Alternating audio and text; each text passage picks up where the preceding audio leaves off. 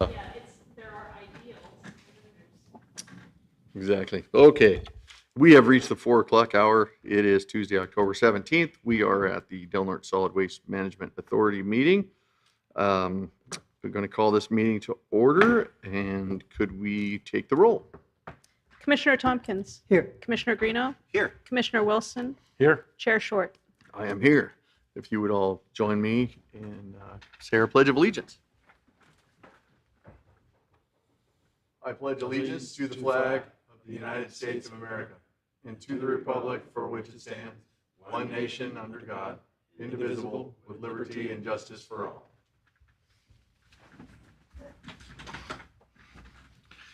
Thank you. At this time, we are going to have our general public comment period. Any member of the public may address the Solid Waste Management Authority on any matter on or off the agenda. Each speaker will be allotted 3 minutes to make their comment. Is there any public comment? Do we have anybody online?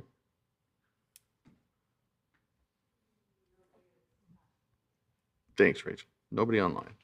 Okay, we'll move on to our consent agenda. We have 5 items. Item 1.1 is approve the minutes from our special session Tuesday, the 8th of August. 1.2 is approve a payment of claim number 9617 in the amount of $448.07 to First Service Plumbing and Heating. 1.3 is approve payment of claim 9620 in the amount of $6,000 for dues to the Rural Counties Environmental Services Joint Powers Authority. Item 1.4 is approve a budget transfer for fiscal year 2023-24 in the amount of $155,761. And finally, approve a request from Crescent City Del Norte Chamber of Commerce for 2 authority allocated pull bins in support of Sea Cruise 2023.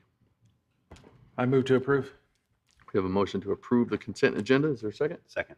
We have a second. Is there any public comment on this item? Seeing no public comment, I'll bring it back to the board. Is there any discussion? Okay, seeing no discussion, we'll poll the vote, please. Commissioner Tompkins. Yes. Commissioner Greeno. Yes. Commissioner Wilson. Yes. Chair Short. Yes.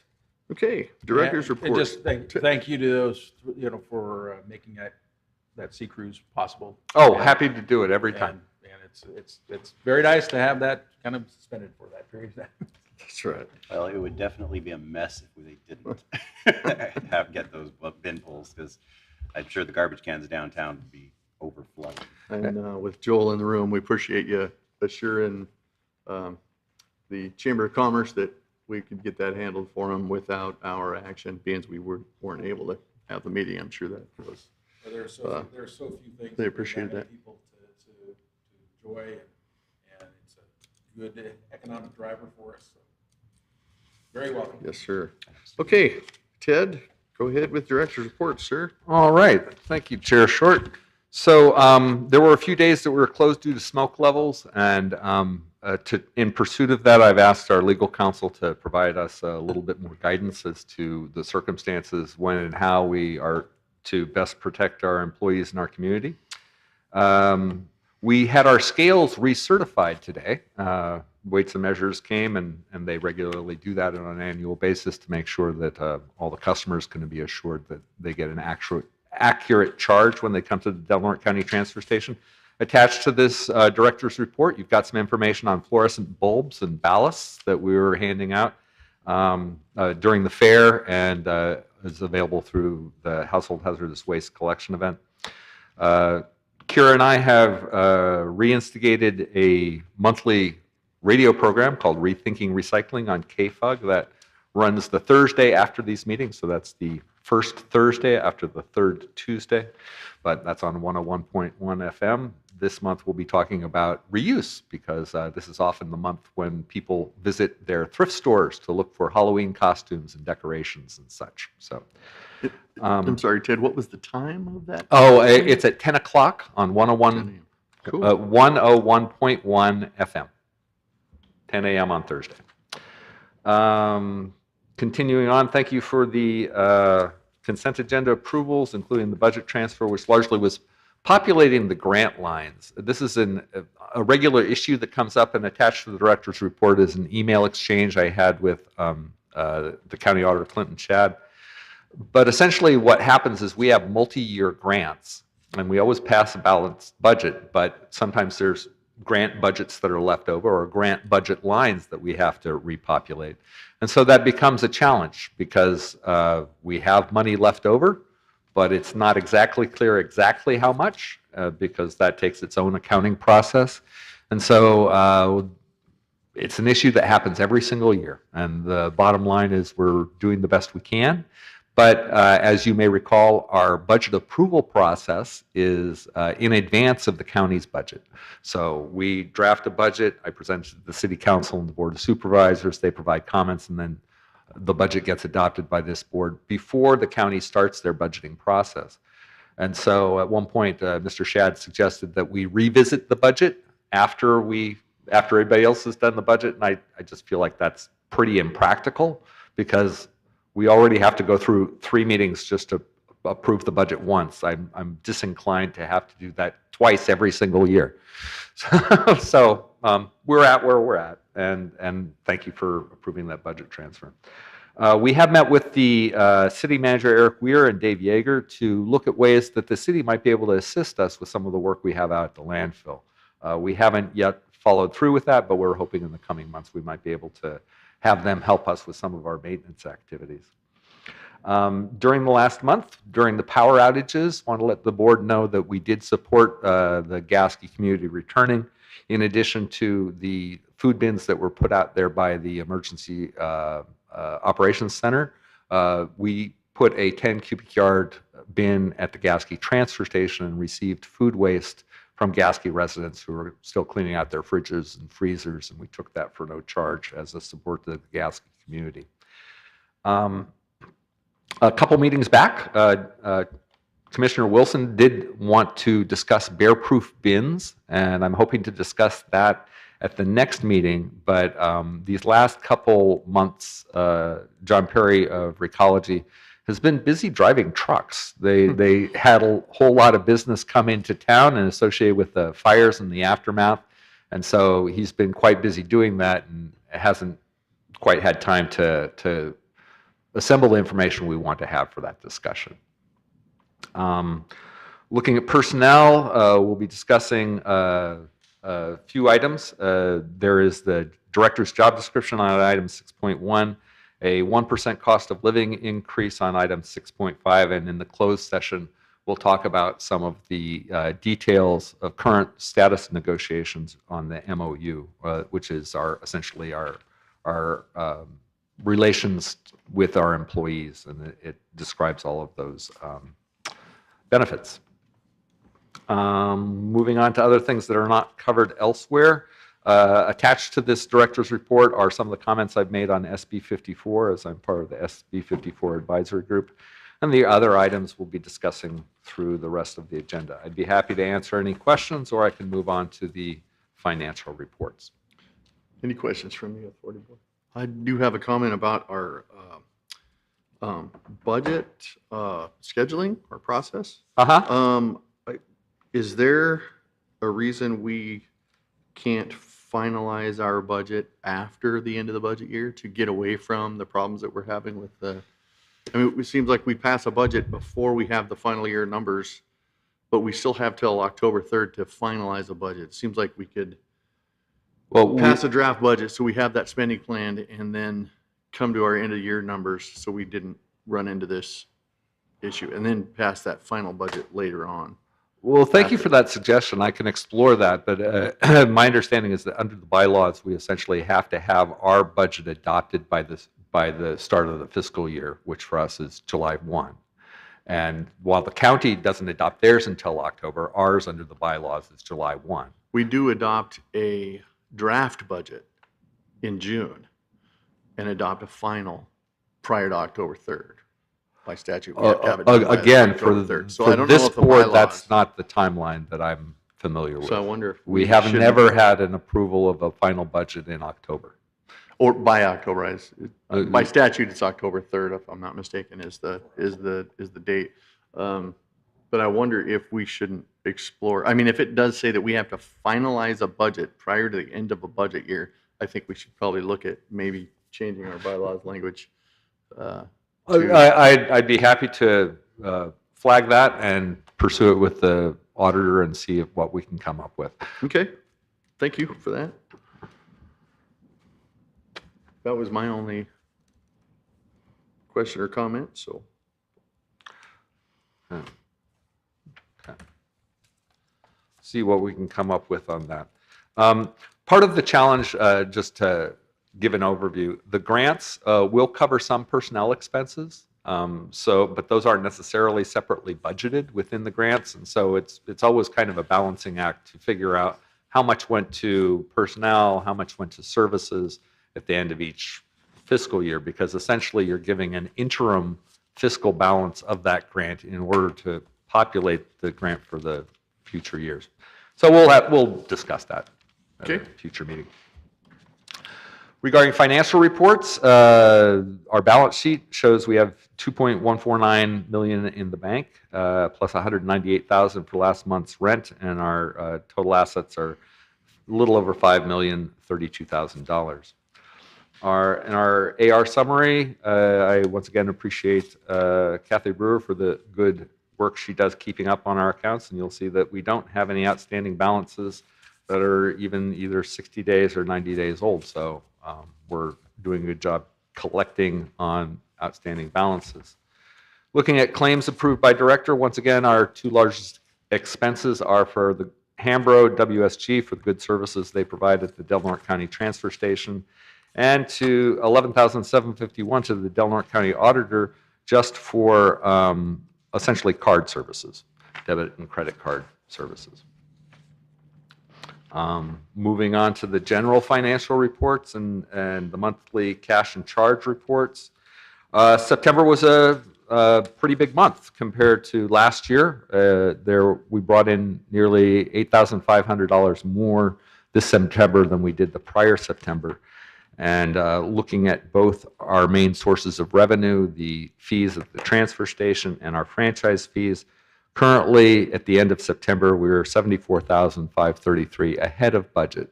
So our expenditures are looking pretty good. I'd be happy to answer any questions. Anything from the board? Nope. Go right ahead there, Ted. All right.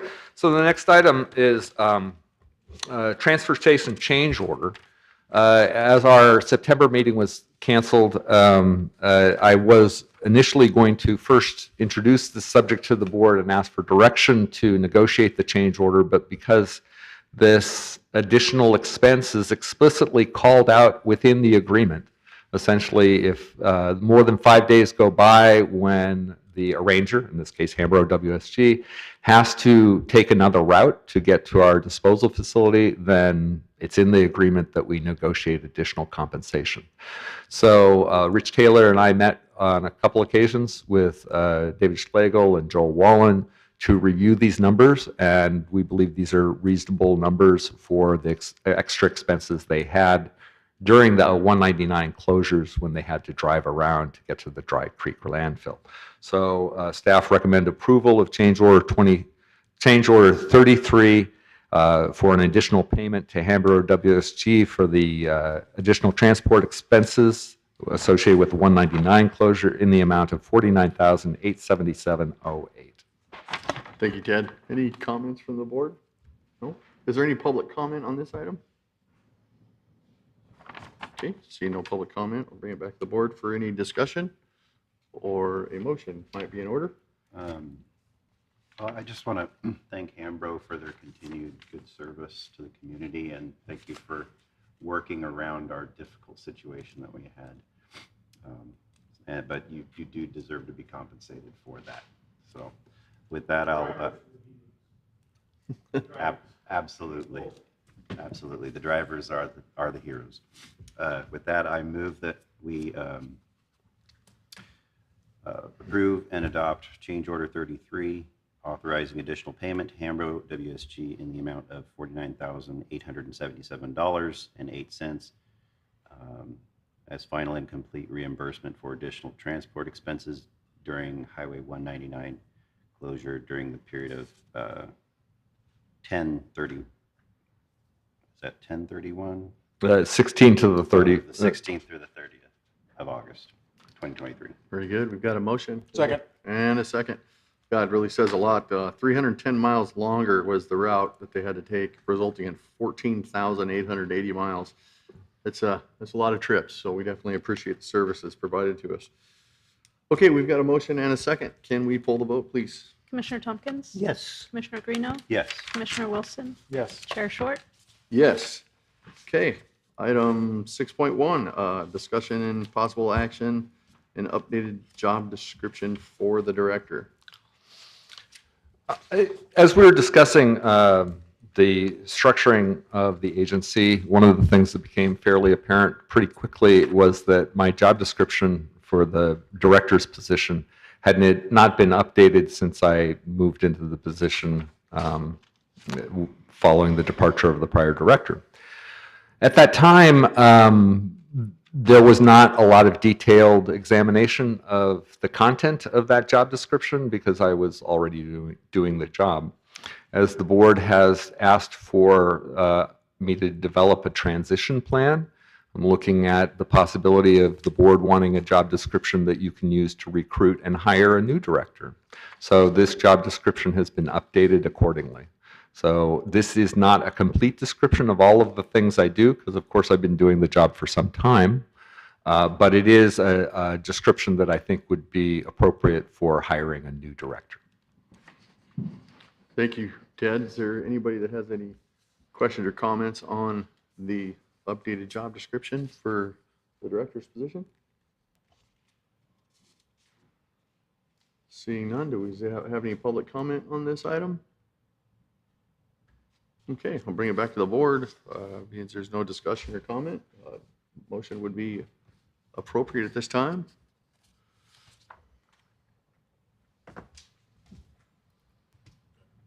I move that we approve the updated job description for our director. Thank you. We got a motion. Is there a second? We have a motion and a second. Can we pull the vote, please, Kira? Commissioner Tompkins? Yes. Commissioner Greeno? Yes. Commissioner Wilson? Yes. Chair Short? Yes. Okay, item 6.2, status report regarding Del Norte Solid Waste Management Authority, OPEB, other post-employment benefits, actuarial evaluation, and GASB 75 report for fiscal year ending June 30th, 2023. This is a required report. It's an actuarial report, which means that it's assessing our future liabilities based on financial information and projections. And essentially, this report validates the strategy the board has directed us to pursue, which is to pay down those other employment benefits liabilities. And we had several years where we were paying between $160,000 and $140,000 per year. And at this point, I'm very happy to report that the minimum required payment has dropped significantly and is not seeing that I have that report in front of me. It has dropped significantly so that we are not paying that high level of payment annually. And I don't have the budget immediately in front of me, so I'm not sure how much we're paying this year, but it is much less than that. So this is a regular report assessing our liabilities. The bottom line is those post-employment liabilities are going down because of the way that we paid down those liabilities. This report validates that. So it's a receive and submit, because we do have to forward this report along. Very good. Any questions or comments from the board? Okay.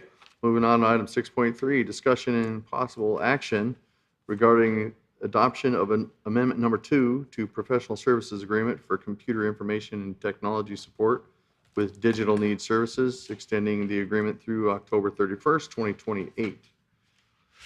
So this is a really important service that we have, because essentially he's the one who keeps our scale software running, our computers running in the office, and our security system. So it's a really critical contractor for us. And last time when we solicited for these services, we had 3 proposals, 2 of which were from the greater Medford area and 1 of which was from Del Norte County. And so we're suggesting that we continue these services with digital needs services, and they're willing to continue those services at the same flat rate that they've had since the beginning of the contract in 2017. So that's $750 a month plus expenses. In general, I think it's a good bargain, and I'm happy that they haven't raised their rates. So staff recommend approval. Very good. Thank you, Ted. Any questions? Just a quick question. How often do we utilize their service by month? Should I say? Oh, he was in yesterday, and the day before that, I was in it's pretty close to a daily basis. Wow. Okay. Some kind of communication status report. Where are we? For instance, right now he's doing camera repairs. I asked for a date when I could expect camera repairs to be done. He said the power supply is on order. That kind of communication happens all the time.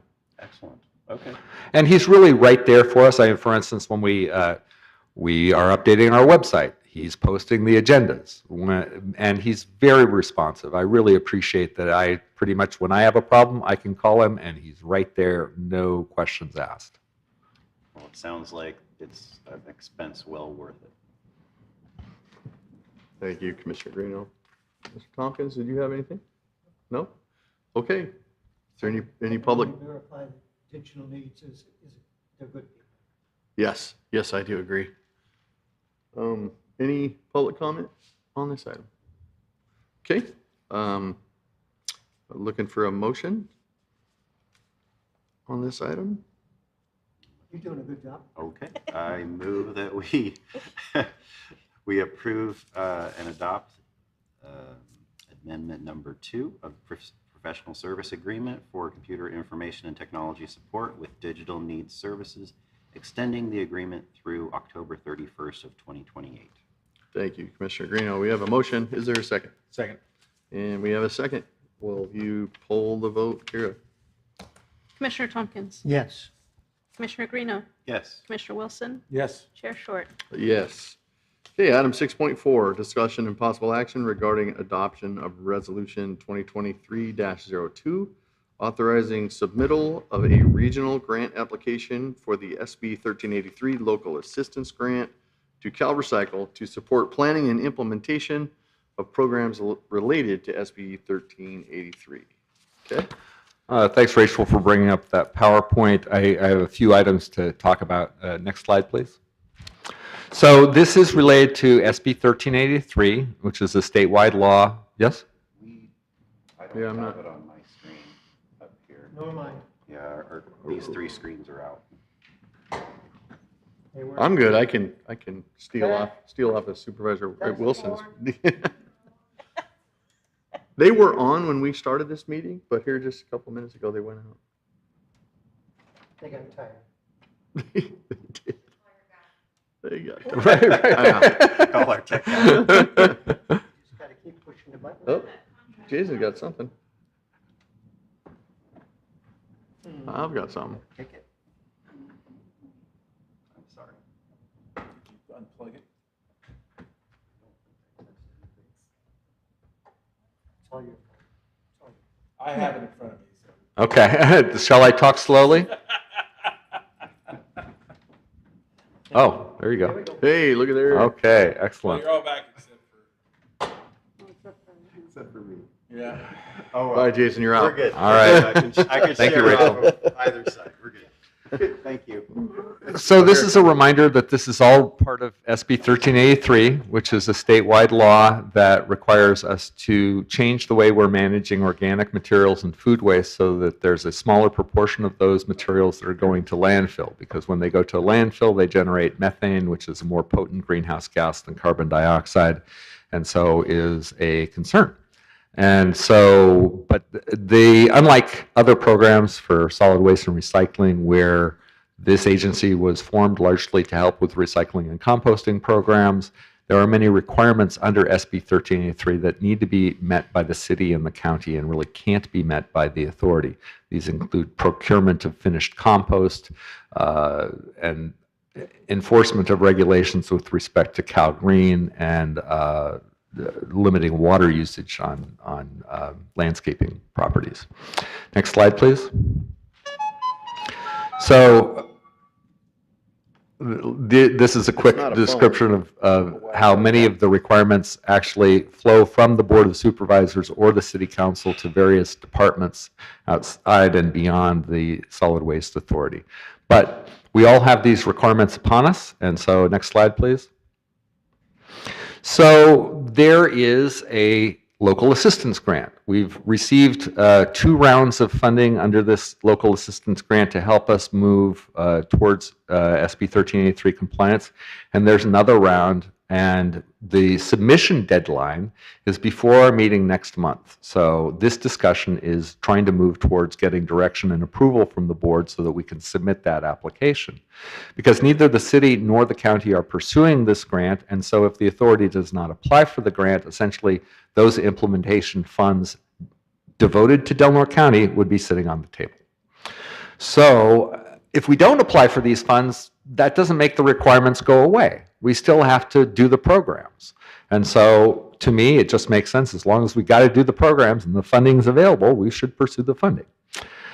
But where we're at in the process is that navigating these many requirements is going to be a balancing act. And our community has limited resources. And so we need to have a process by which we can all agree, all right, these are going to be the priority activities we're going to pursue to comply with SB 1383.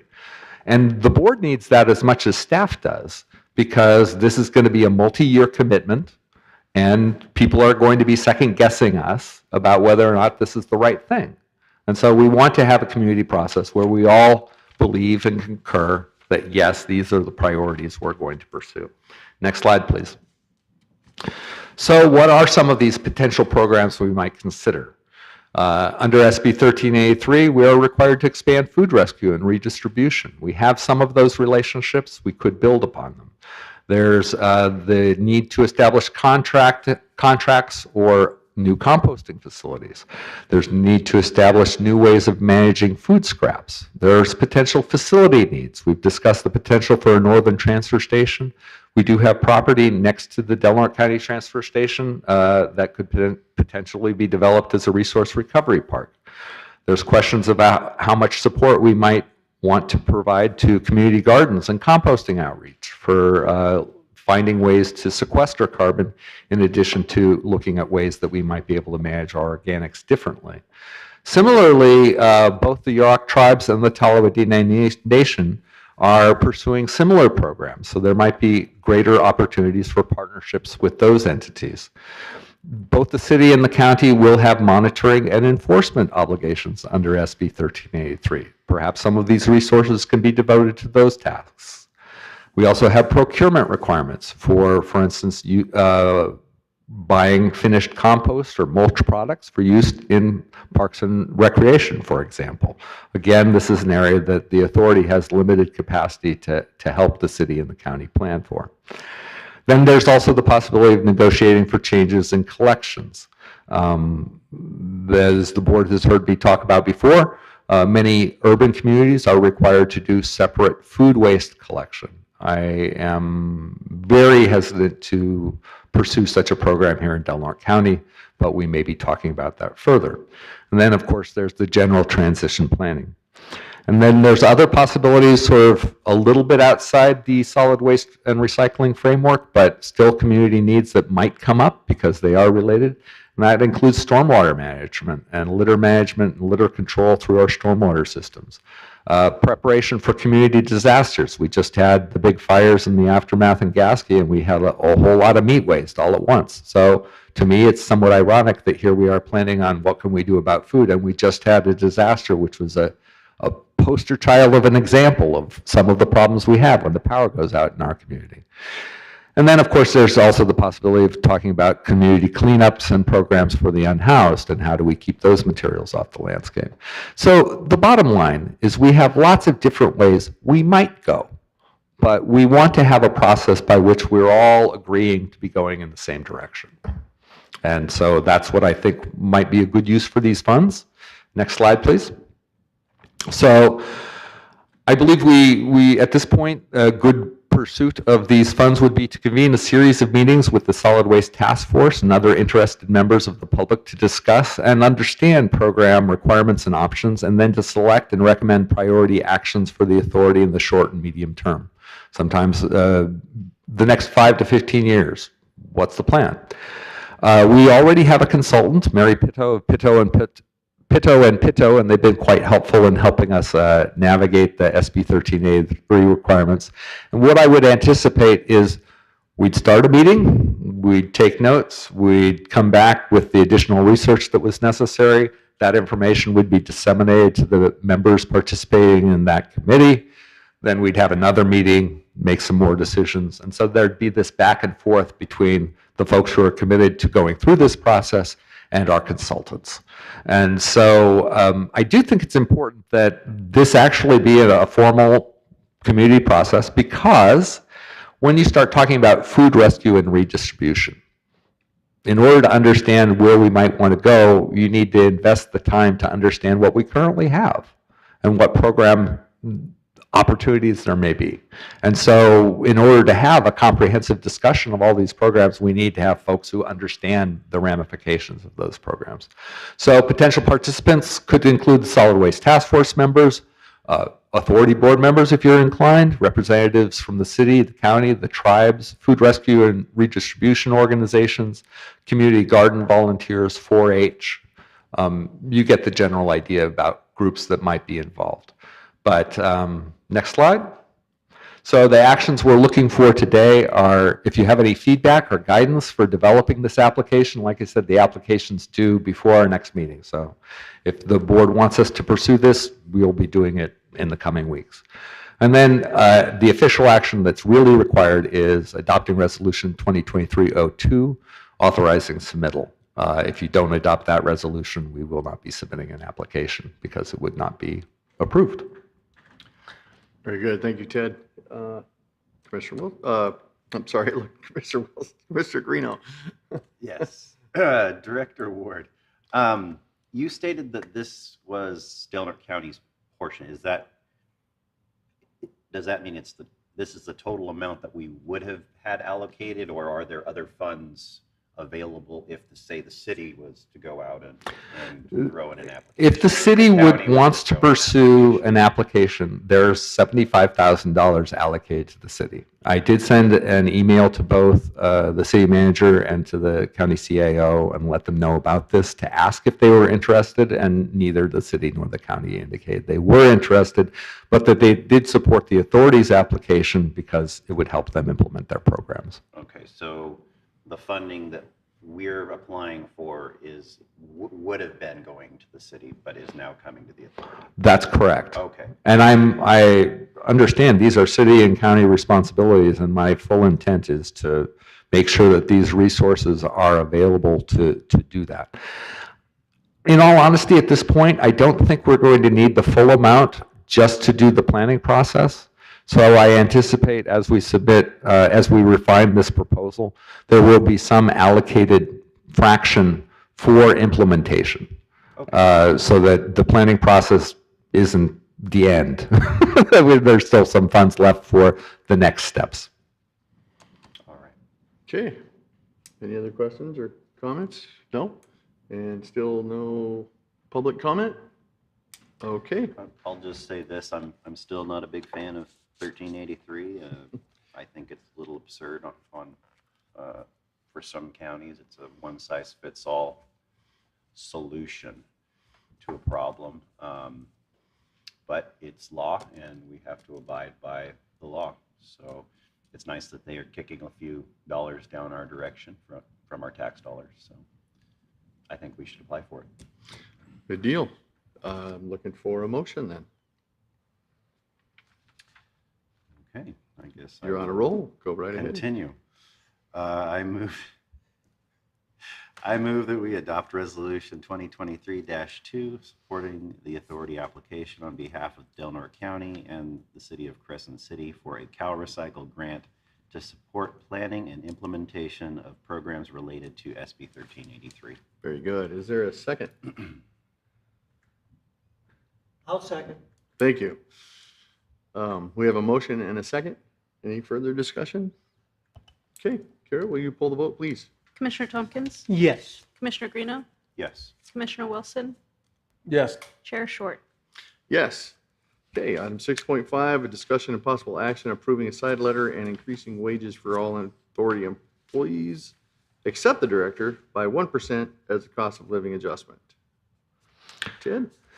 Last July, when the board adopted an updated range and step schedule, the intent was that we stay the same as the county ranges and steps. This is separate from reassessing how the job descriptions match the ranges and steps. But in order for us to maintain the same ranges and steps as the county, then it would be appropriate that the board approve this 1% cost of living adjustment, as the county has already approved that and it has already been enacted.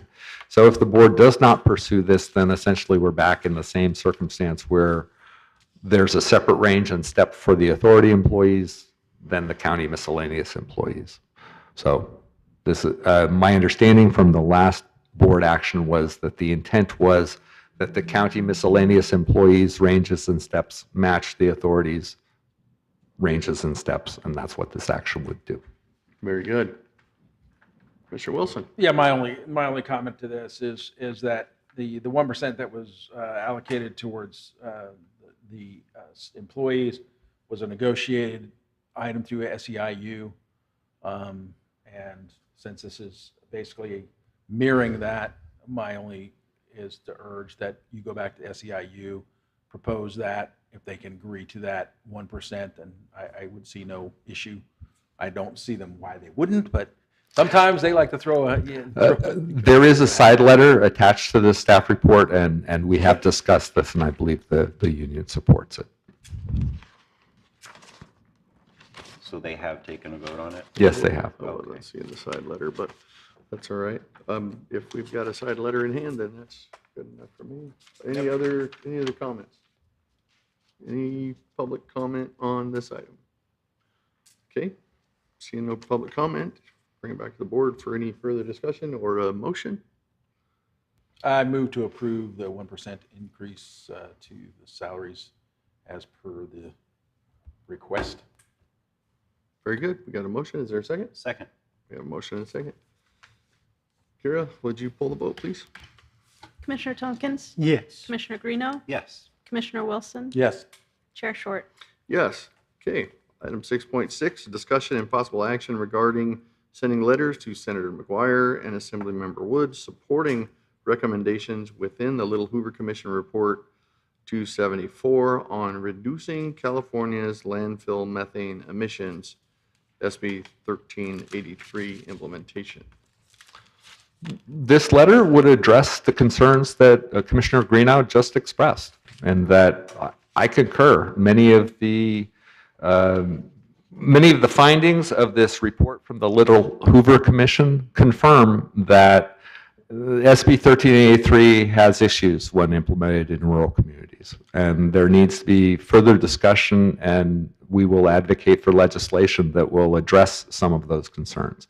But in the meantime, because we don't have a legislative vehicle currently, we felt it was important to at least communicate, we've got issues. This is not something that's going away, or a concern that just because we didn't have legislation this year doesn't mean that there isn't, those concerns have gone away. They haven't been addressed.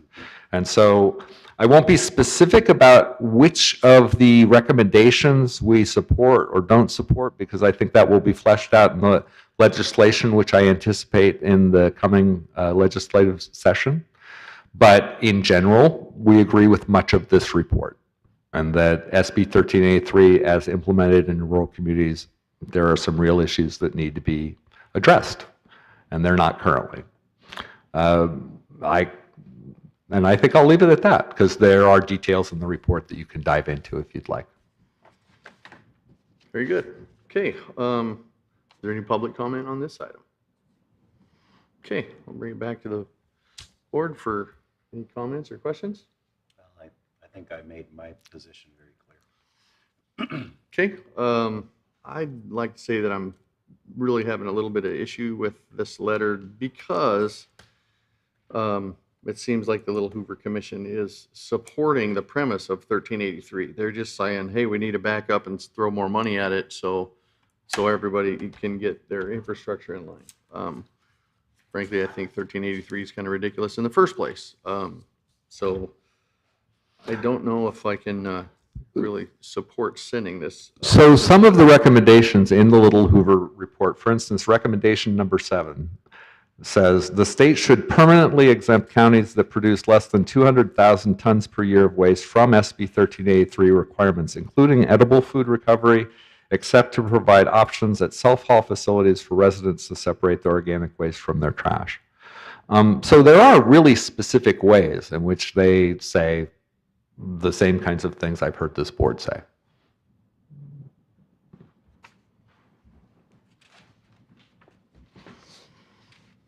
Okay. If there's any further comments or discussion, I'm looking for a motion, if there is to be one. Well, what specific concerns do you have? Well, I'd like just to reading hear- part of the letter, the commission concluded that significant changes are needed if the state is to meet its target of reducing the amount of organic material going into landfills. We believe the state should reaffirm its goal while reconsidering its method. Changes in law are needed. Additional funding is required. Local jurisdictions must be given realistic amount of times to develop infrastructure. The unique requirements of rural California must be considered, and I get that. But I just think the premise of reaffirming that goal as far as this particular legislation is flawed, in my opinion. And reaffirming that, doubling down and throwing more money at it is probably not where I would think that we should go with it. But that's just my personal opinion.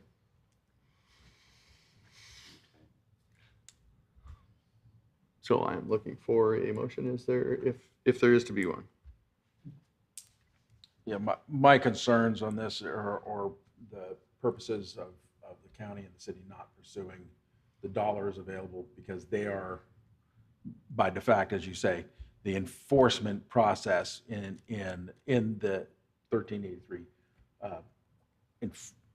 The practical utilization of and the working with the organic materials coming in, that's something that you'll be dealing with on your end of things. However, the application of enforcement practices and dealing with that, I can guarantee you that's not going to get done.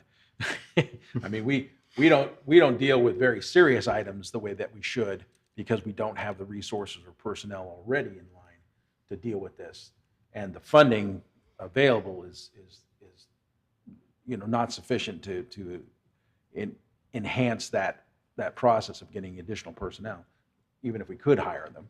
So the likelihood of the county moving in a direction that's going to actually have any enforcement practices on this material is highly unlikely. My biggest concern is you can't even get people to separate their aluminum cans from their residential trash. I mean, let alone separating organic materials from the other materials that they do throw away. I mean, the practicality of that is likely slim and none. You may get some processes by which it is done on a commercial basis because they can, whether it's because of the materials coming out of our grocery stores and industries that have been put to waste and they're going to be thrown away, whether it's our agricultural where they're turning over their materials and their produce and their other things that have gone to waste, or they're tearing up their materials. I can see that occurring and being utilized and disposed of properly. However, for the majority of individuals that's putting their waste cans out to the curb, it's likely not gonna be something that we're gonna be able to have a significant impact upon. And to be fair, I mean, Little Hoover Commission is advocating for rural communities to be exempted. I get that. But yeah, talked about stores dealing with their organics. Safeway is shipping theirs back to the Bay Area so they can account for it. Makes a lot of sense. Okay. Not really. Since you have an issue with how this is worded now, would you like to redraft it and then No, this bring it letter- back to a this- further? This letter is written by the Little Hoover Commission.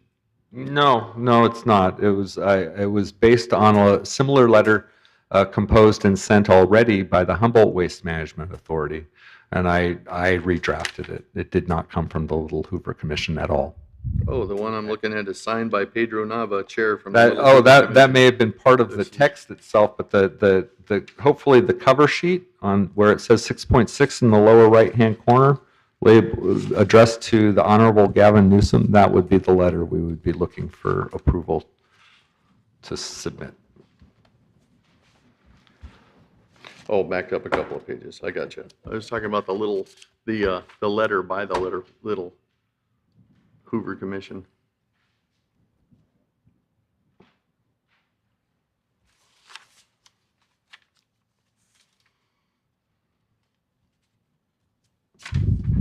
Because while we may not agree with the Little Hoover Commission on everything, we do have some things that we agree on. And if we can write to that, I think that it's important that we get our voice heard on the state level.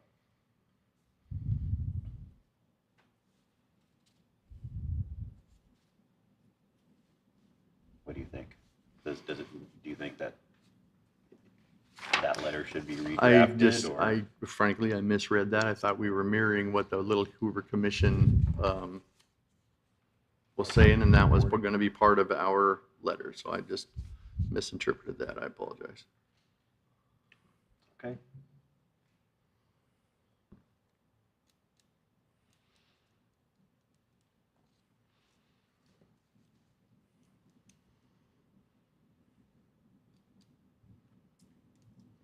Do you have anything? No, I'm inclined to say let's send a letter.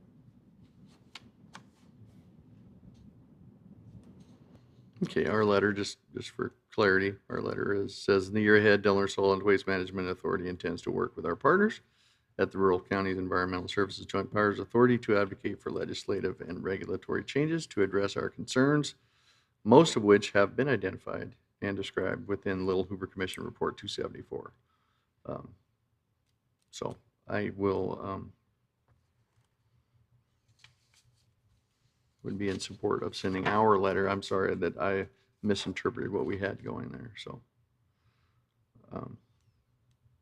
anyway, I'll bring it back to the board and let you guys comment any further if you wish, No, or I'm looking for a motion. I told Jason I'm inclined to support the letter. Are you, Mike, are you making a motion then? Yes, I move that we direct the director to send this letter Very good. as written. We've got a motion, and do we have a second? Second. Okay. Kira, we have a motion, and a second by Commissioner Wilson. Would you poll the vote, please? Commissioner Tompkins? Yeah, Commissioner Greeno? Yes. Commissioner Wilson? Yes. Chair Short? Yes. Okay, that will be the end of our regular agenda. We are going to be moving into closed session at this time with one item. And I don't believe we will, well, if we do have something to report out, we will do that after we come back from closed session. And I guess we're okay to report that at the next meeting. Is that correct? Or are we okay to report that? If you'd like, I can report immediately afterwards, but I can say that I don't anticipate there will be any announceable action following the closed Very session. good. So after closed session is over, we will adjourn till our next regularly scheduled meeting, which is 4 p.m. Tuesday, November 21st, right here at the Flynn Center. Okay, we will adjourn into close.